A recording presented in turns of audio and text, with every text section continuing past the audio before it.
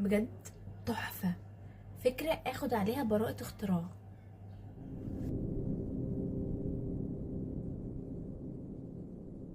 بصوا بقى، النهارده عايزه اقول لكم على فكره او تريك بعملها لما بيبقى عندي مكرونه بشاميل متخزنه في الفريزر. دي كانت مكرونه بشاميل اتبقى نص الصينيه، غلفتها حلو جدا، حطيتها في الفريزر. طبعا هي مش جوسي بقى ولا اي حاجه، خلاص احنا بقى عايزين نحييها، عايزين نرجعها كانها لسه معموله طازه.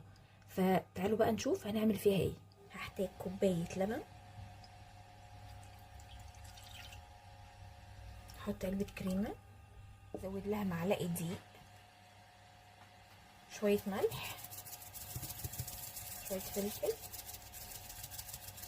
انا كل ده لسه ما شغلتش النار، هقلبه بقى على البارد. الدقيق عندي داب، هشغل النار. ازود كمان جوز الطيب سنه كده صغيره بس، تبقى حلوه قوي مع البشاميل. بصوا الخليط كده خلاص خلص معايا، طفت عليه. انا مش عايزاه يكون تقيل قوي علشان ما يبقاش طبقه فوق المكرونه، انا عايزاه يدخل جواها، فعايزاه سايل شويه، عايزه القوام ده كده. المكرونه انا قطعتها رصيتها في صينيه بالمنظر ده، الطريقه اللي انتوا بتحبوها بقى. انا حطيتها كده عشان تبقى كانها صينيه واحده، شكلها كانها لسه معموله يعني. هتشوفوا دلوقتي تبقى عامله ازاي. دلوقتي هحط بقى البشاميل اللي انا عملته. طبعا المكرونه بنسيبها تفك تماما، اكيد فاهميني، يعني مش بنحطها متلجه. حاجه بقى هديه رشه جبنه على الوش،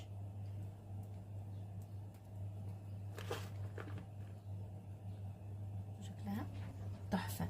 هديها رشه فلفل اسود، وهدخلها بقى ايه على الفرن.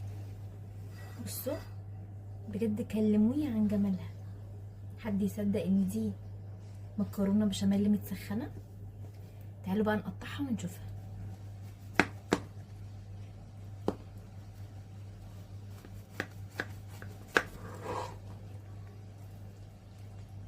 لا لا لا، حد يصدق؟ بصوا بجد تحفه.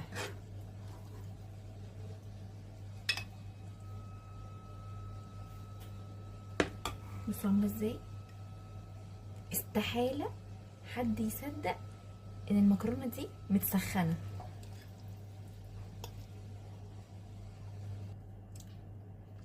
رهيبه.